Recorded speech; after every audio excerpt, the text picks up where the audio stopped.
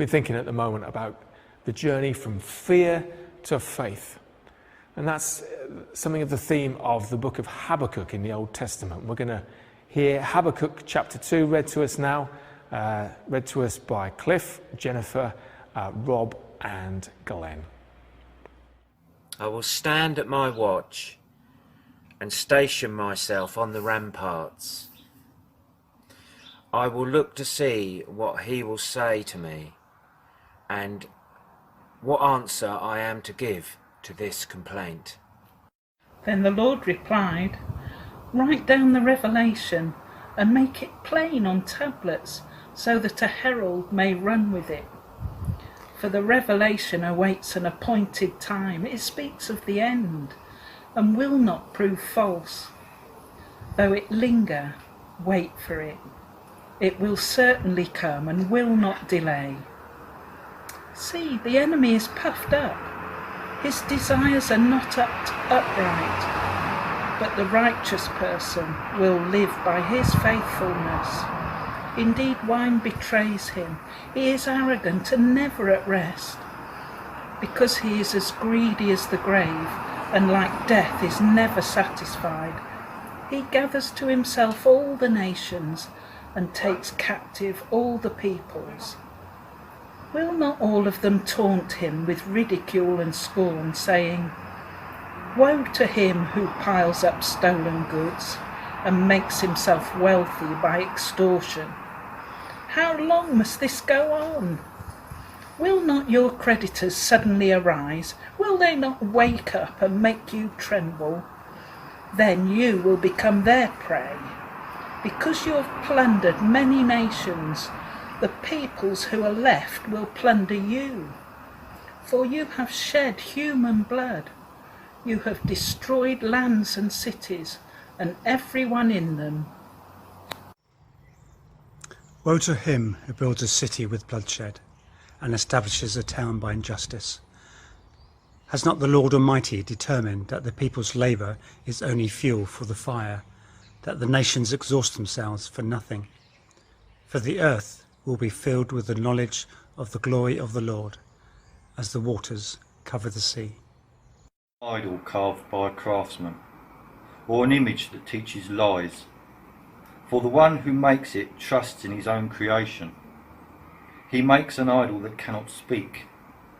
Woe to him who says to the wood, 'Come to life,' or to the lifeless stone, 'Wake up.' Can it give guidance? It is covered with gold and silver. There is no breath in it. The Lord in his holy temple, let all the earth be silent before him."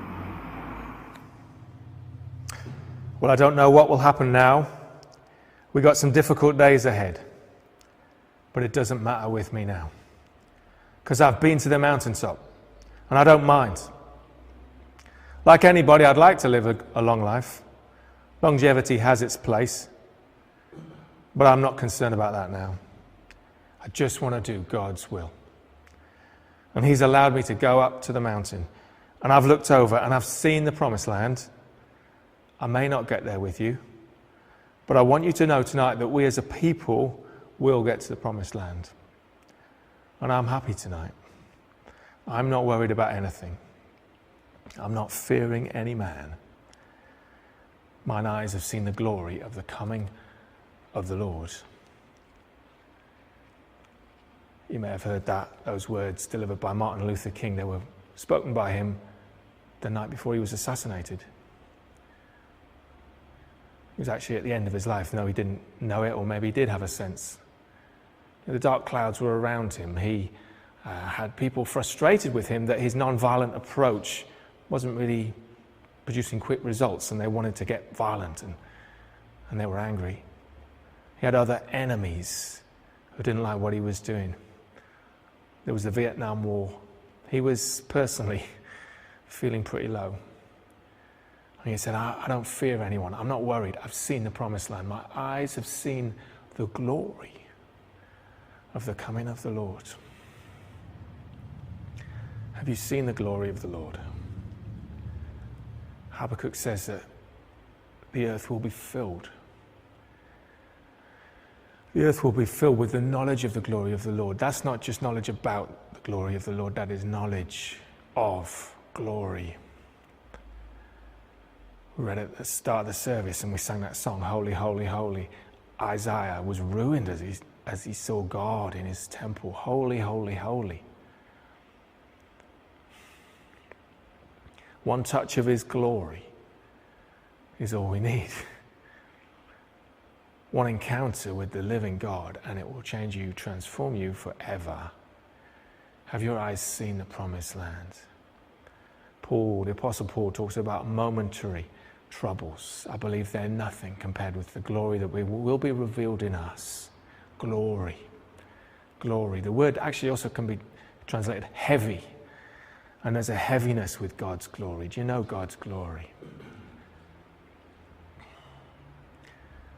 If you don't, I encourage you to wait for it.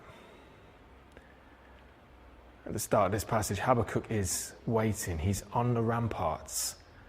He's a watchman waiting. He's echoing the theme of Psalm 127. More than the watchman wait for the morning, so my soul waits for the Lord. And Habakkuk himself is like a watchman on the ramparts, waiting for the Lord, waiting to see what God will do. See, it's a hard world we live in. There's lots of distractions and voices pulling us in all sorts of different directions. But will we wait to see the glory of the Lord? Will we wait to hear the revelation from God?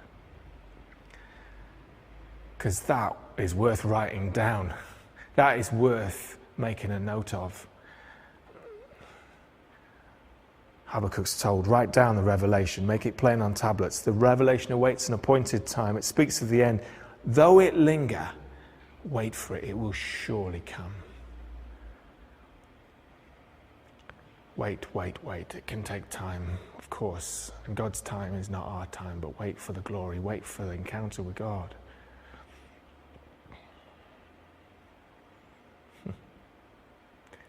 Once you've tasted God's glory, nothing else will do.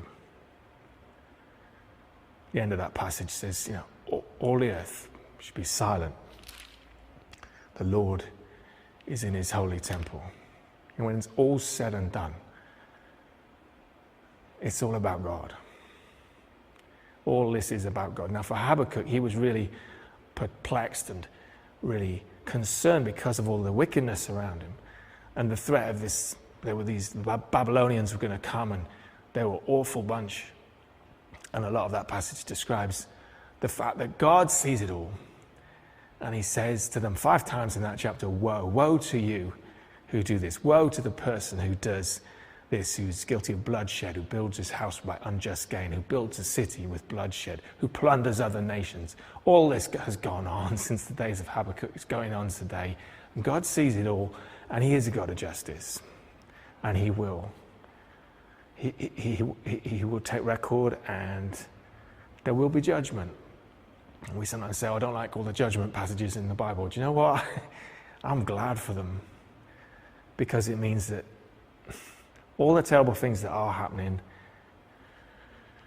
God's not blind to it. He doesn't address things in the way we would do it, but he's God. He knows what he's doing. Wait for it. Though it linger, though it tarry in the old translation, wait for it. Because as you do, you will see the glory of the Lord. One day the earth will be filled with the knowledge of the glory of the Lord. But actually, right now, you can be filled with the knowledge of the glory of the Lord. Why? Because God has made himself available to you. Jesus has come. He died on the cross to deal with your sin, to bring reconciliation between Father and you. And then what did he do? Did he leave us as orphans? No, he sent the Holy Spirit to come and dwell with us right now. Whatever you're doing, wherever you are, the Holy Spirit is right there with you. He's in you through your faith in Jesus. And he is the Holy Spirit. Holy is the Lord, the Holy Spirit. The one who is set apart. Let all the earth be silent. Why? Because he's holy. He's in you. I don't know about you, but I get distracted. There's so much going on. Still. The psalm says, be still and know that he is God.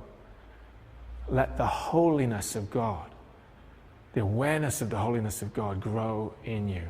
It'll only come when you're attentive to it, when you lay everything else down, when you get to the point you realize that everything else is just a waste of time.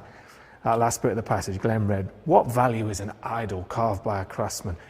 All sorts of things can become idols in our lives. Good things.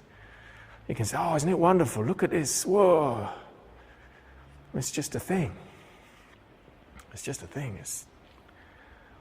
And it points out just ludicrous to bow down and worship something that your own hands have made. Let all the earth be silent before the Lord. Do you want to know him? Do you want his presence in your life? He is with you. He loves you. He's waiting for us. We wait for him, but he's waiting for us. So receive what God is doing right now.